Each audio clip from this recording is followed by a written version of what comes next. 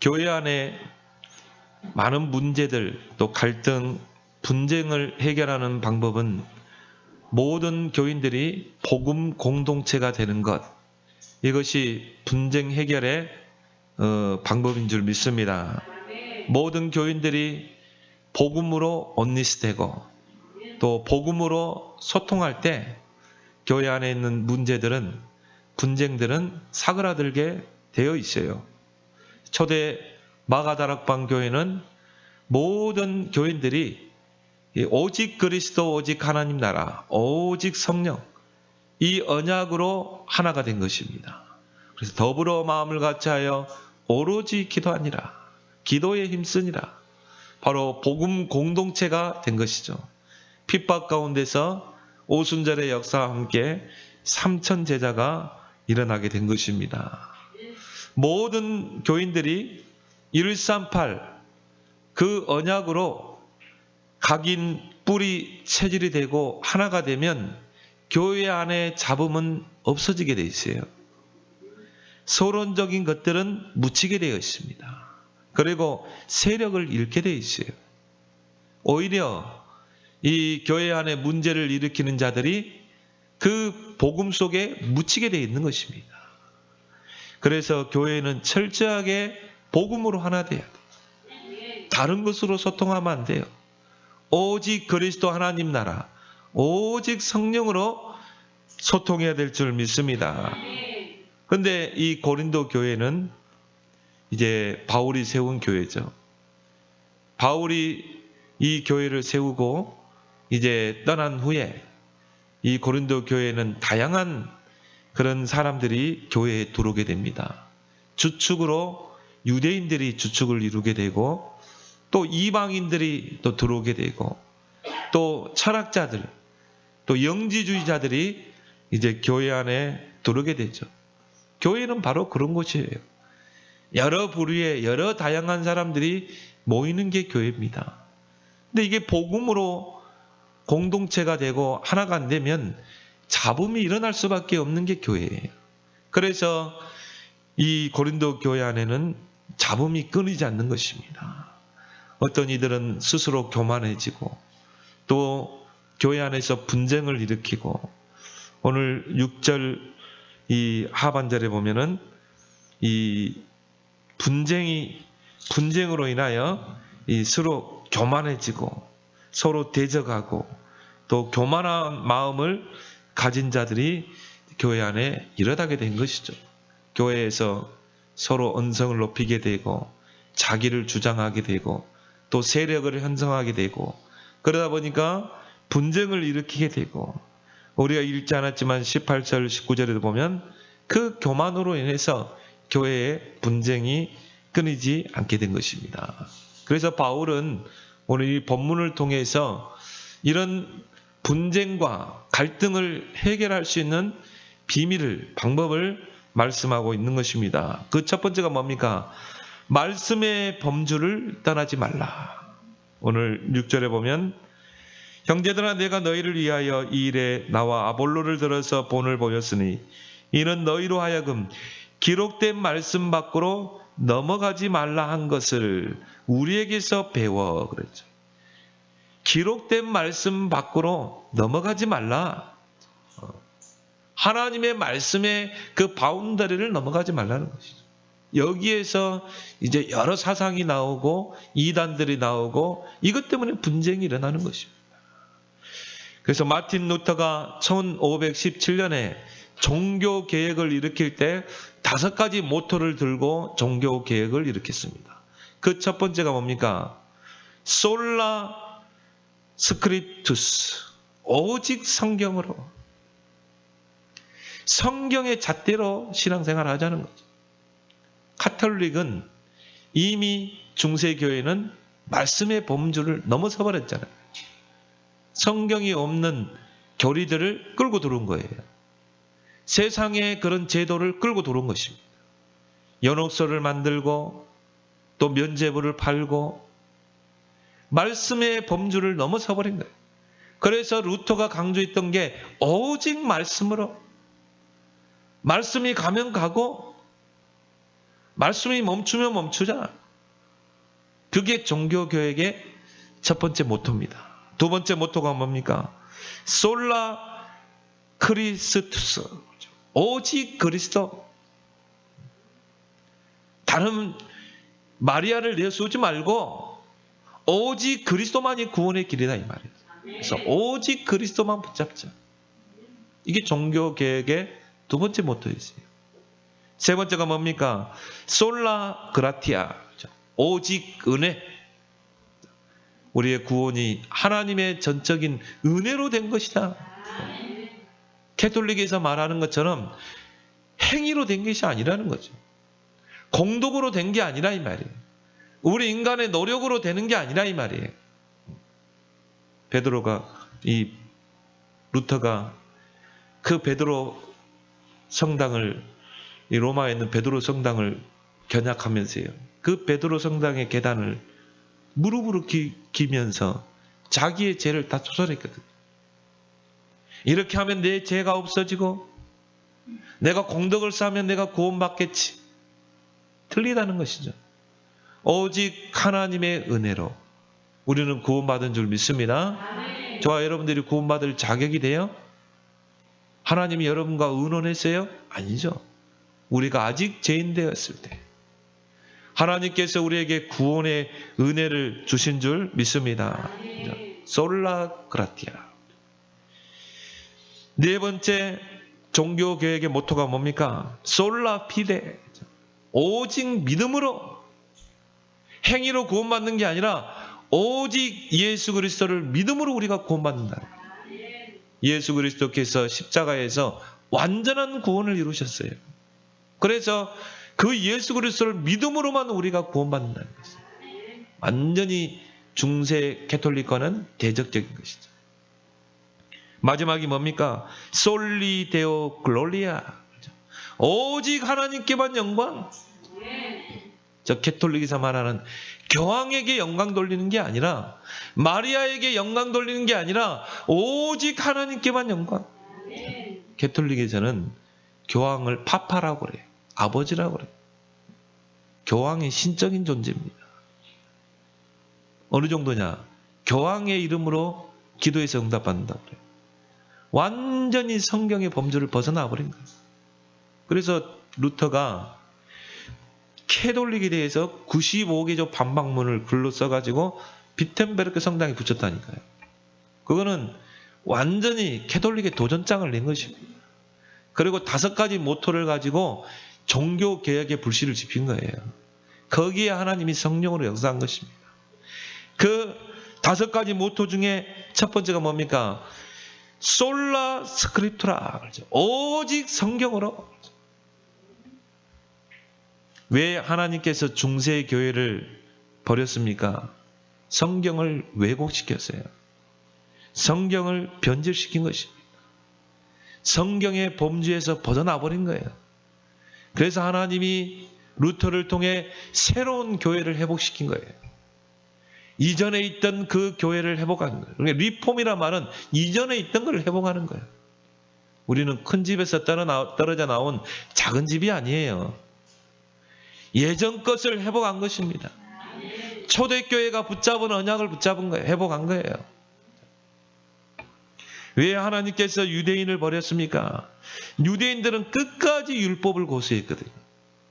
하나님의 말씀을 붙잡아야 되는데 끝까지 율법을 고수한 거예요. 예수 그리스도께서 십자가를 통해 율법을 완성하셨어요. 그리스도는 율법의 마침인데 끝까지 율법을 붙잡는 것입니다. 하나님이 성경에 하나님 말씀의 범주에서 벗어나오면 쓸 수가 없는 것입니다. 왜 유대인들이 노예가 되고 포로가 되고 속국되고 전쟁과 재앙을 만납니까? 말씀의 범주에서 벗어나 버리기 때문에 그래요.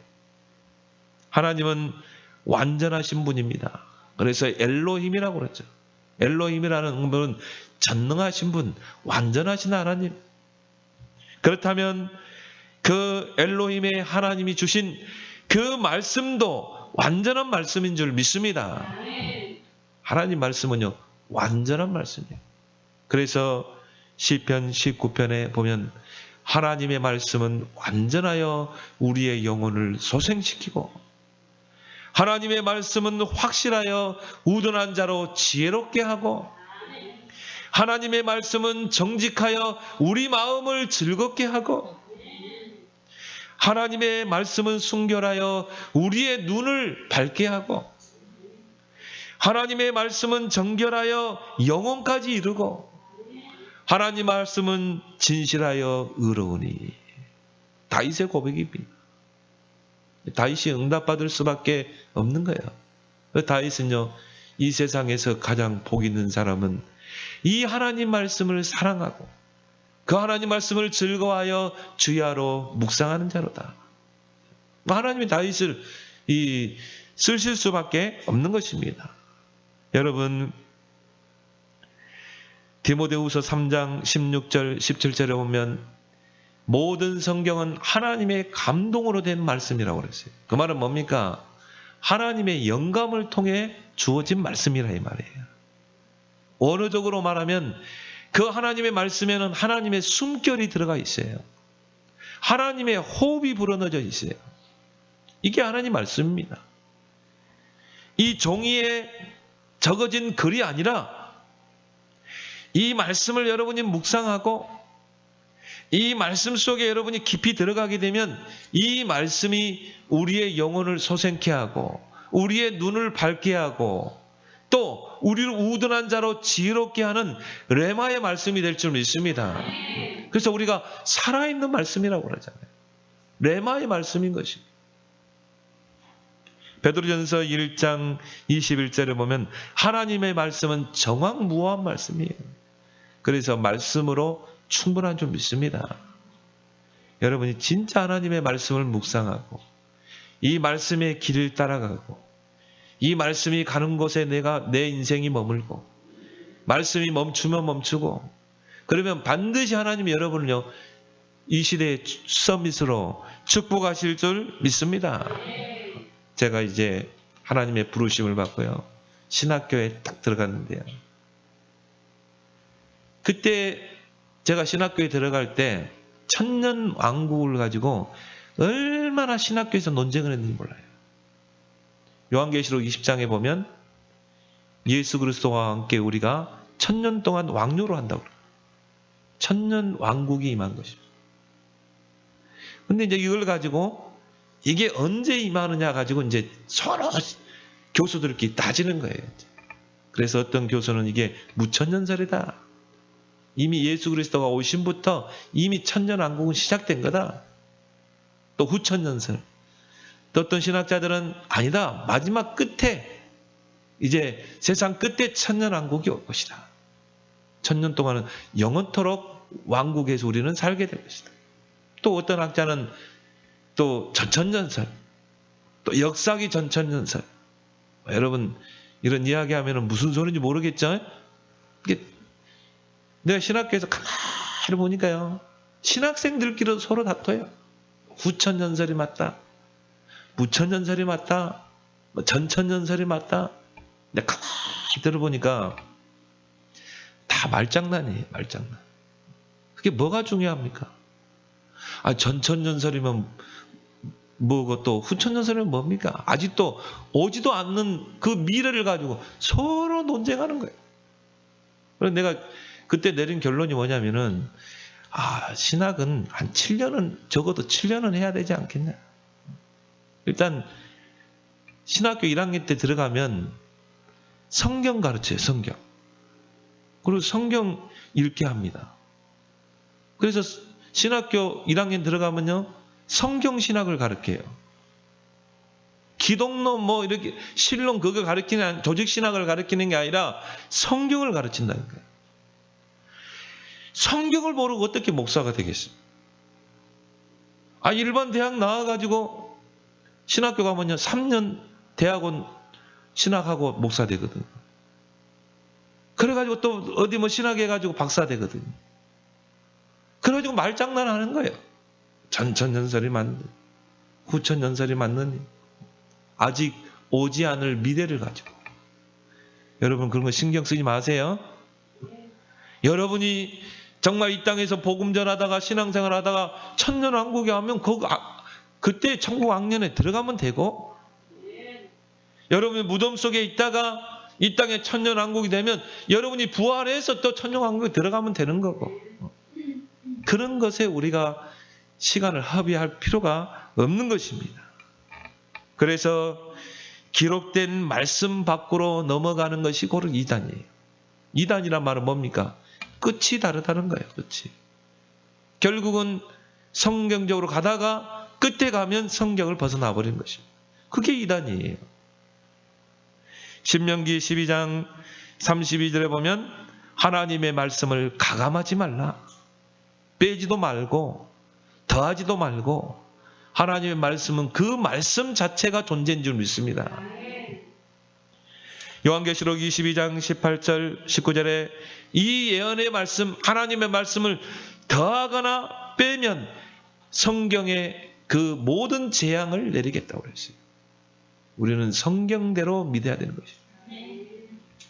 창세기 2장 16절 17절에 하나님께서 아담과 하와에게 이 에덴 동산에 있는 모든 생명나무의 실과는 먹되 선악을 알게 하는 실과는 먹지 말라, 정령 죽으리라. 하나님의 입에서 나온 말씀이에요. 그래서 언약이라 이렇게 말하는 거죠. 근데 창세기 3장에 보면 사단이 뱀 속에 들어가서 하와에게 접근하잖아요. 그래서 어떻게 합니까? 하나님의 말씀을 왜곡시키죠. 누가 하나님 이걸 먹으면 죽는다고 했냐? 그러니까 하와가 뭐라고 그랬습니까? 하나님 말씀에 먹지도 말고 만지도 말라고 했다. 죽을까 하노라 했다. 하와가 말씀을 왜곡시켜버립니다. 거기에 유도 질문을 했던 자는 사단이고, 사단은 여러분들을 한 번씩 건드려 봅니다. 정말 여러분들이 말씀 속에 있는지, 말씀 밖에 있는지. 하나님은 만지도 말라 그 말 안 했거든요. 먹지 말라. 그리고 정령 죽으리라고 그랬잖아요. 반드시 죽으리라. 근데 뱀은 뭐라고 그랬어요? 하와는 죽을까 하노라. 거기에서 문제가 시작되는 거죠. 거기에 사단의 미혹이 들어가잖아요. 아니다. 죽지 않는다. 네가 이 선악과를 먹으면 하나님처럼 될 것이기 때문에 하나님 먹지 말라고 한 것이다. 그 미혹에 넘어가잖아요. 왜 그래요? 말씀의 그 반석 위에 세워지지 않으면 사단의 미혹을 받게 되는 것입니다. 세상 사람들의 말에 귀를 기울이게 되어 있어요. 여러분이 하나님 말씀의 반석 위에 세워지게 되면 세상 사람들의 말에 귀 기울이지 않습니다. 고린도 교회가 왜 문제가 옵니까? 이 세상의 그런 이론과 사상을 그대로 가지고 교회에 들어온 거예요. 그걸 가지고 신앙생활을 하려니까 부딪힐 수밖에 없는 것이죠. 분쟁이 일어날 수밖에 없는 것입니다. 결국 모든 분쟁은 나 중심이에요. 내 생각, 내 경험을 앞세우기 때문인 것입니다. 여러분들이 교회에 올 때는 내 사상, 내 방법, 내 지식, 내 경험을 다 내려놓고 와야 돼요. 그게 교회입니다. 그래서 여러분이 교회 와서는 오직 하나님의 말씀, 오직 복음만 붙잡아야 될 줄 믿습니다. 제가 신학교에 가니까 팔도 사나이들이 다 왔더라고요. 근데 다양한 부류의 사람들이 와요.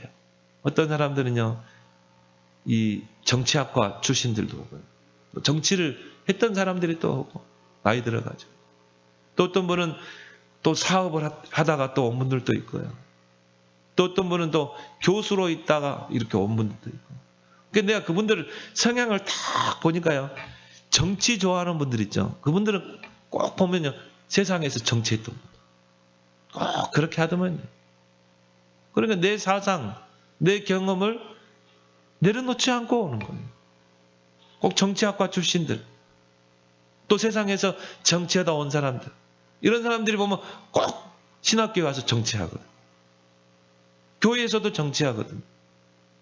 뭔가 총회의 한 자리를 차지하려고 하거든. 어떤 분은 법조계에 있다가 오는 분도 있어요. 그런 분은 보면요, 모든 게 논리적이라. 성경은 믿음인 줄 믿습니다. 믿음으로 하는 것이 논리로 하는 게 아니에요. 그러니까 성경도 논리적으로 믿어요. 신앙생활도 논리적이라. 논리적이 아니면 아예 이 사람은요 기도 안 해요. 근데 이분 보니까 기도 않더라고. 왜? 너무 논리적이에요. 신앙은요 어쨌든 보면요 우리의 생각의 범주를 넘어설 때가 있어요. 기적도 일어나잖아요. 어떻게 안전병이 일어납니까? 논리적인 사람은요 절대 기도 안 합니다. 그러나 믿음 있는 신앙은 기도하는 줄 믿습니다. 그렇죠? 하나님 죽는 자도 살리잖아요. 또 어떤 분은 막 교사로 있다가 오신 분도 있어요. 이분은 보면요 늘 보면 따지고 그리고 책망하고 가르치려고 하고. 내가 또 우리 개혁청에 한 어르신이 있거든요. 지금은 이제 그 자녀가 목회를 하죠. 제가 참 존경했던 분이고, 이분도 저를 참 사랑스럽게 대해줬고. 근데 이분을 만나서 같이 식사하면은 아주 역사를 쫙 그냥 훑어요, 그냥 역사를. 그래서 야, 참 교사 출신이라 어쩔 수 없더라고요. 나를 앉혀놓으면 막 뭐 세계사를 한번 쫙 훑기도 하고, 뭐 한국사를 쫙 훑기도 하고.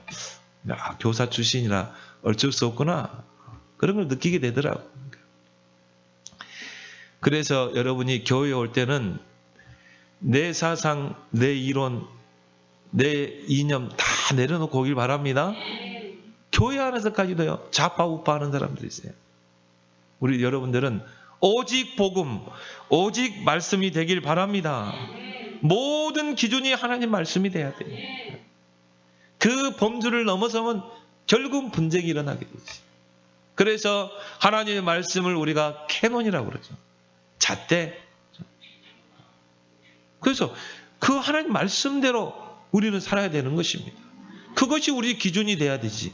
내 사상을 가지고 교회 안에서 막 이름을 가르치려고 하고, 그리고 세력을 형성하려고, 그래서 분쟁이 일어나는 것입니다. 그래서 하나님이 출애굽한 이스라엘 백성에게 언약궤를 따라가라고 한 거예요. 언약궤가 멈추면 멈추고, 언약궤가 진행하면 진행하고, 언약궤가 요단을 향해 가면 내 생각 내려놓고 따라가는 거예요. 그래서 말씀의 범주를 넘어서지 않는가. 오직 하나님의 말씀으로 복음으로 하나 되는, 이것이 분쟁을 화목으로 바꾸는 비밀인 줄 믿습니다. 두 번째는 뭡니까? 오늘 바울은 뭐라고 말합니까? 왕노를 하지 말고 섬기는 자가 되라. 오늘 8절에 너희가 이미 배부르며 이미 풍성하며 우리 없이도 왕이 되었도다. 우리 없이도 왕이 되었다. 그래서 교회 안에서 보면요, 왕노도를 하려고 하는 사람이 있어요. 자기 주장만 내세우고 뭔가 가르치려고 하고 그런 사람들이 있거든요, 교회 안에. 여러분들은 왕노를 하지 말고 섬기는 자가 되길 바랍니다. 이게 교회예요. 그래서 교회의 모든 분쟁의 발단은 나 중심입니다. 결국은 자기 주장 내세우기 때문에. 고린도 교회가 그런 교회거든요. 이런 유대인들도 들어오고 이방인들도 들어오고 뭔가 이런 영지주의자를 들여다보니까 이게 복음으로 이게 바뀌어야 되는데 서로 교회 안에서 왕노를 하려고 하는 것입니다. 서로 가르치려고 하고 서로 높아지려고 하는 것이죠. 자기 이름을 내려고 하고. 그래서 제왕적인 교회, 권위적인 교회는요, 철저하게 보수적이에요. 율법적입니다. 제가 이 청년 때 고신측에서 신앙생활을 했거든요. 진짜 고신측에 가면요, 숨 막혀요. 너무 제왕적이에요. 너무 권위적이에요. 그래가지고 뭡니까? 거의 숨 막히도록. 어느 교회 가면은 피아노도 못 쳐요. 어느 교단은 기타도 못 치게 해요. 너무 권위적이고 제왕적이고. 하나님 진리를 알지니 진리가 너희를 자유케 하리라. 하나님의 말씀은 우리를 자유케 하는 것이지, 하나님 말씀은 우리를 막 묶고 우리를 막 제재하고 그게 아니라 이 말이에요. 하나님의 진리의 말씀 속에서 여러분은 자유함을 누리는 여러분 되길 바랍니다.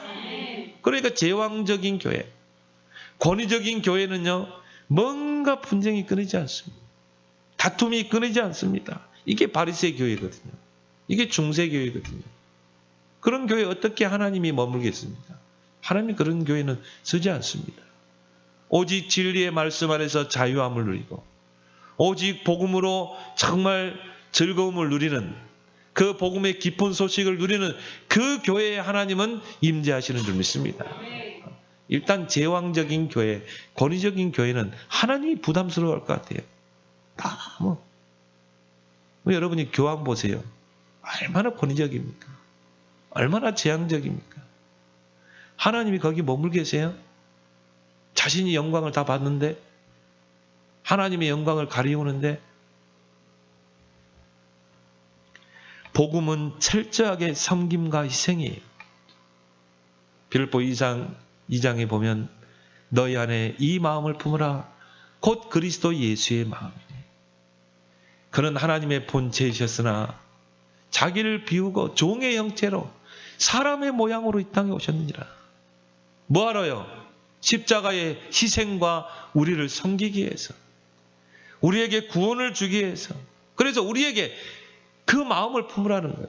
그리스도 예수의 마음, 복음의 마음, 섬김과 희생의 마음. 예수님께서 말씀하십니다. 마가복음 10장 43절 45절. 너희가 크고자 하느냐? 크고자 하는 자는 섬기는 자가 되라. 으뜸이 되고자 하느냐? 도리어 종이 되라. 인자가 온 것은 섬김을 받으려 함이 아니라 도리어 섬기러 왔노라.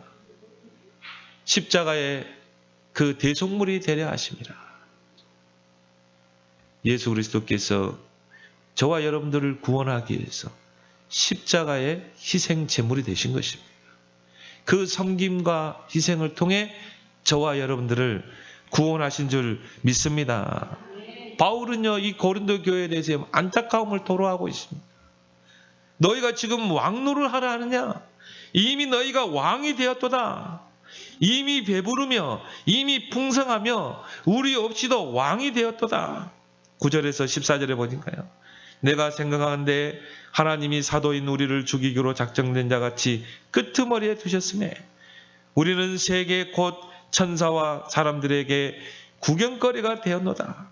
우리는 그리스도 때문에 어리석으나 너희는 그리스도 안에서 지혜롭고 우리는 약하나 너희는 강하고 너희는 존귀하나 우리는 비천하여 이 시각까지 우리가 줄이고 목마르며 헐벗고 메맞으며 정처가 없고 또 수고하고 친히 손으로 일을 하고 모욕을 당한 즉 축복하고 박해를 받은 즉 참고 비방을 받은 즉 권면하니 우리가 지금까지 세상의 더러운 것과 만물의 찌꺼기 같이 되었도다.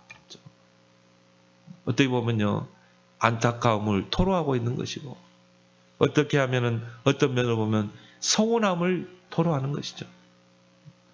너희들이 어떻게 해서 세워진 교회인데 너희들은 지금 왕이 되어서 존경받고 배부르고 우리는 복음 때문에 핍박을 받고 박해를 받고.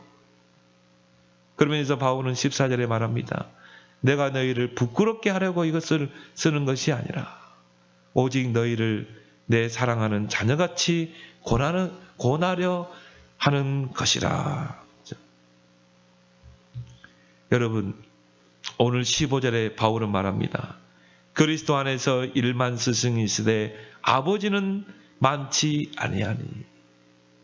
그리스도 안에서 1만 스승, 선생은 많아요. 가르치려고 하고 뭔가 권위적이고, 근데 아버지는 많지 아니하니. 여러분, 선생과 아버지는 다르죠. 선생님은 어떻게 합니까? 가르치려고 하죠. 그리고 꾸중하죠. 때로는 매질을 하죠. 여러분은 그런 선생 되지 말기 바랍니다. 여러분들은 아버지가 돼야 돼요. 아버지는 뭡니까? 가정을 위해, 자녀들을 위해서 희생하잖아요. 철저하게 자기를 희생하고 섬기잖아요. 그래서 아버지에게는 권위가 있는 것입니다. 왜? 자녀를 위해서 희생하기 때문에 아버지에게는 권위가 있는 거예요. 여러분들이 아버지 권위를 세워줘야 돼요. 여러분 남편의 권위를 세워줘야 돼요. 아버지가 권위를 잃어버리면 안 돼요. 정말 아버지는요, 자녀를 위해서 희생하잖아요. 이게 아버지라. 여러분은 아버지가 되길 바랍니다. 그래서 바울은 오늘 고린도 교인들에게 내 사랑하는 자녀같이 너희를 권하려 하려 함이라. 그렇죠? 아버지가 돼야 돼요. 권위 있는 사람, 그게 중직자입니다. 그게 직분자입니다. 여러분들은요, 권위 있는 중직자가 되고 권위 있는 그런 직분자가 되기를 예수 그리스도로 축원합니다. 야고보서 3장 1절에 너희는 선생이 많이 되지 말라. 교회 안에서 모든 성도들, 모든 직분자들이 다 가르치려고 하면 어떻게 하겠어요? 내 말이 옳으니 거기서 다툼이 일어나는, 거기서 분쟁이 일어나는 거예요. 선생은요, 가르치려고 합니다. 잘못을 지적합니다. 꾸짖기도 합니다. 모든 성도가 다 그렇게 되면 어떻게 되겠어요? 서로 가르치려고 하고 서로 이 잘못된 것을 꾸짖고 그렇게 되면 어떻게 돼요? 그런 교회는요, 고린도 교회처럼 서로 다툼이 일어나고 분쟁이 일어나고 나는 아볼로파, 나는 게바파, 나는 그리스도파. 이게 고린도 교회예요. 이게 우리의 거울이 돼야 돼. 이게 우리의 교훈이 돼야 될 줄 믿습니다. 교회 안에서 가르치려는 자보다 아버지 같은 역할을 하는 자들이 많아야 돼요. 많이 있어야 돼요. 이게 어떻게 보면 중직자 아니겠습니까? 그래서 아버지의 그 권위를 가지고 성도들을 권면하고 때로는 상담도 하고 때로는 위로도 하고 때로는 품을 수도 있고 이게 아버지 아닙니까? 그래서 아버지는 자녀의 상담가가 되기도 하고 또 자녀에게 권면도 하고 그리고 자녀가 어려움 당하면 위로도 하는 게 그게 아버지 아니에요. 그 자녀를 품어주는 게 아버지 아니겠습니까? 여러분은 그 아버지와 같은 역할을 하길 바랍니다. 그러면 교회 안에 분쟁이 사라질 수밖에 없는 거예요. 세 번째는 뭡니까? 복음화를 위한 해산의 고통이 우리에게 있어야 돼요. 오늘 15절에 바울은 말합니다. 하반절에 그리스도 예수 안에서 내가 복음으로써 너희를 낳았음이라. 복음으로 해산의 고통을 통해 해산의 수고를 통해 낳은 자. 교인들을 이렇게 가만히 보면은 복음은 아는데 복음화가 안 된 사람이 많아요. 복음은 알아요. 예수는 그리스도 모든 문제 해결자. 왕, 제사장, 선지자. 잘 알거든요. 복음화가 안 된 거라. 복음화. 복음화라는 말은 뭡니까? 내 삶이 완전히 복음의 지배를 받는 거예요. 이게 복음화입니다. 여러분의 삶이 복음의 지배를 받는 거예요. 복음의 통제를 받고 복음의 통치를 받는 것. 이게 복음화입니다. 내 환경과 상관없어요. 복음화가 되면은. 사람 때문에 시험 들고 안 해요. 복음화가 되면. 이중적인 신앙인들이 많습니다. 말과 삶이 다른 이중적인 신앙. 왜 그래요? 복음화가 안 된 거라. 이런 사람들의 특징은 뭡니까? 소론에 속습니다. 환경에 속고 사람 때문에 갈등하고 시험 들고. 이건 복음화가 안 된 거예요. 복음화가 되면요, 이런 게 아무 나하고 상관없어요. 요셉은 노예로 감옥으로 그 환경이 요셉하고는 아무 상관이 없는 거예요. 왜? 언약이 언약화되고 복음화됐기 때문에. 그런 사람은요, 오히려 그런 환경 속에서도 형통한 축복을 누립니다. 그래서 바울은 뭐라고 했습니까? 내가 환난 중에서도 즐거워하라. 이 복음화가 된 사람이. 참 복음은 환경의 영향을 받지 않는 거예요. 내가 참 복음을 가졌다. 그래서 바울은 항상 기뻐하라, 쉬지 말고 기도하라, 범사에 감사하라. 이는 그리스도 예수 안에서 너희를 향한 하나님의 뜻이니라. 내가 진짜 복음화가 됐다. 내 환경이 좋든 안 좋든, 내 주위의 사람이 나를 어떻게 평가하든, 어떤 문제, 어떤 어려움에 있든지 상관없어요. 항상 기뻐하고 쉬지 말고 기도하고 범사에 감사하게 되는 줄 믿습니다. 이게 복음화라요. 근데 교인들 중에 복음화가 안 된 교인들이 많아요. 그래서 오늘 바울은 15절에 내 사랑하는 내가 그리스도 예수 안에서 내가 복음으로 너희를 낳았음이라 이렇게 말하고 있는 것입니다. 여러분, 제자는 찾아져요. 하나님이 딱 예배해 놨어요. 그래서 우리가 관계를 맺잖아요. 제자는 찾아지는 것. 그렇지만 또 다른 면으로 보면 제자는 해산의 수고를 통해 태어나는 것이에요. 여러분이 갓난아기가 엄마 뱃속에서 태어나기 전에 엄마 뱃속에 10달 있잖아요. 그 엄마 뱃속에서 10달 동안 아기가 커가잖아요. 그럼 엄마는 얼마나 힘들겠어요. 얼마나 허리도 아프고 마음대로 구부리지도 못하고 그 10달의 그 고통을 감내내는 거예요. 그리고 여러분이 그 10달 차서 아기가 이제 태어나게 되면 얼마나 상고를 겪습니까? 그 해산의 고통은 말로 표현할 수 없잖아요. 이 몸이 다 틀어진다는, 뼈가 다 틀어지는 거예요. 그렇게 해서 아기가 나오는 거예요. 그래서 산달이 되면요, 엄마들이 뭐든가 몸이 아픈 게 뭐냐면은 이 해산의 고통이요, 이 모든 걸 다 틀어지게 만들어요. 그렇게 해서 아들을 낳잖아요. 자녀를 낳잖아요. 그 10달 동안 품고 있을 때 그 고통, 해산할 때의 그 고통은 출산할 때의 기쁨과는 비교할 수가 없는 것이죠. 그동안의 그 고통이 말끔히 사라지게 되는 것입니다. 마찬가지입니다. 여러분이 한 사람을요, 정말 세울 때는 진짜 이 해산의 수고를 한번 해보세요. 그래서 디모데전서 1장 2절에 바울은 디모데에게 믿음 안에서 참 아들 된 디도라고 말합니다. 나의 아들이다. 그 말은 뭐예요? 정말 해산의 수고를 통해 세워진 제자라 이 말이에요. 그래서 바울은 결혼하지 않았지만 그 디모데를 아들과 같이 여긴 것입니다. 해산의 고통을 통해 낳은 제자는 흔들리지 않습니다. 왜요? 복음화가 됐기 때문에. 여러분이요, 여러분 주변의 전도 대상자들, 또 여러분이 양육하고 있는 대상자들을 한 10달을 품어보세요. 엄마도 10달을 얘기를 품잖아요.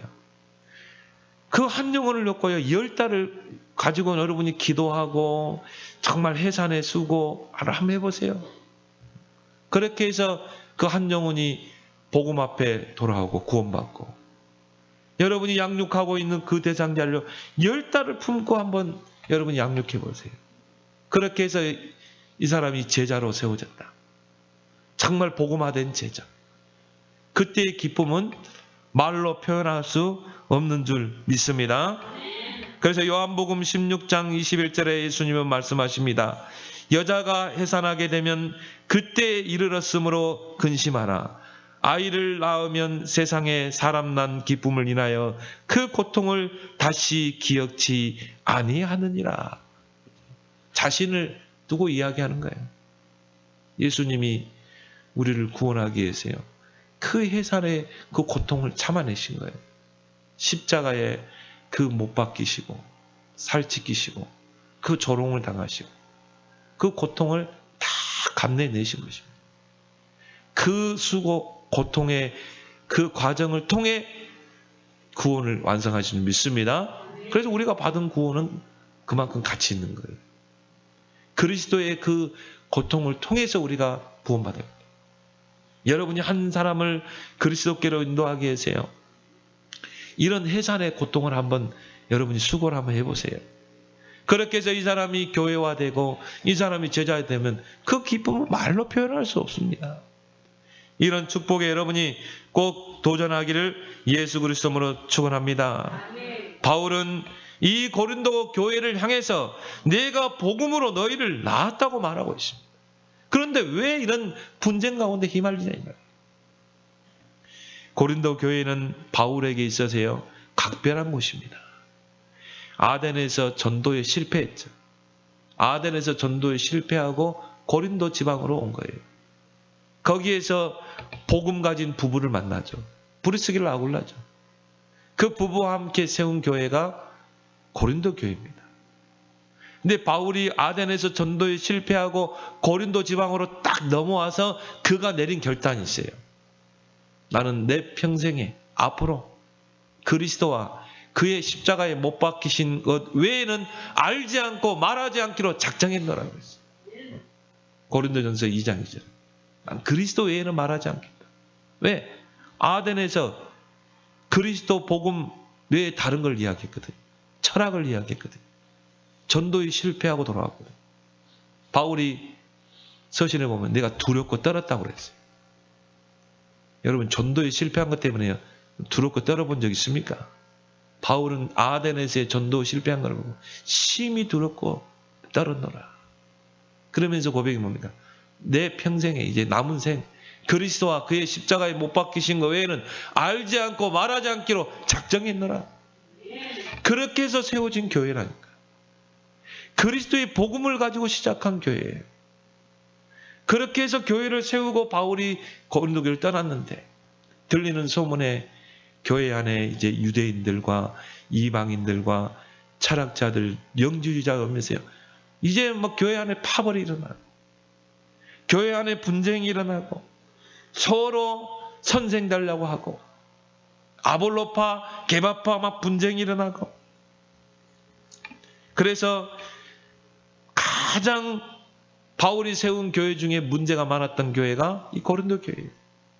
분쟁이 일어나고 파벌이 생기고 거짓 진리가 교회 안에서 막 흘러다니고 그리고 음행 문제가 막 일어나고 근친상간 문제가 일어나고 그리고 막 우상의 재물을 먹어야 되느냐 먹지 않느냐 분쟁이 나고 뭐 이루 말할 수 없는 이런 분쟁들이요 교회 안에 계속 일어난 것입니다. 얼마나 바울이 안타까웠겠어요. 그래서 오늘 너희가 지금 왕노를 하는구나. 말씀의 범주를 넘어가지 말라. 내가 너희를 어떻게 해서 세웠냐. 그 산모가 고통 속에 아이를 출산한 것 같이 내가 복음으로 너희를 낳았지 않느냐. 그 안타까운 바울의 고백인 것입니다. 그래서 바울은 그 고린도 교인들을 향해서 내가 너희를 복음으로 낳은 것을 잊지 말고 기억하라는 것입니다. 여러분들이 정말 이 바울의 고백을 들으면서 한번 결단해 보세요. 내가 정말 내 평생에 남은 생 30제자를 세우고 갈 것이다. 30제자의 목표를 삼아보세요. 여러분 주변에 정말 가족부터 불신 가족, 여러분 자녀부터 내가 제자로 세울 것이다. 그리고 여러분 주변에 있는 사람 한 300명 명단을 기록해봐요. 당장 30명만 기록해봐요. 그리고 여러분이 그 산모가 10달을 아기를 품고 아기를 출산하는 것처럼 한 10달만 품어봐요. 10달만 집중해서 기도하고 영적 싸움을 싸우고 10달 여러분이 탁 목표를 정하고 구원의 길 그리고 한번 기도해 보세요. 그렇게 해서 여러분이 복음 안에서 낳은 그 자녀가 제자가 한 10명, 30명 됐다. 하나님 여러분을 세계복음 주역으로 세울 줄 믿습니다.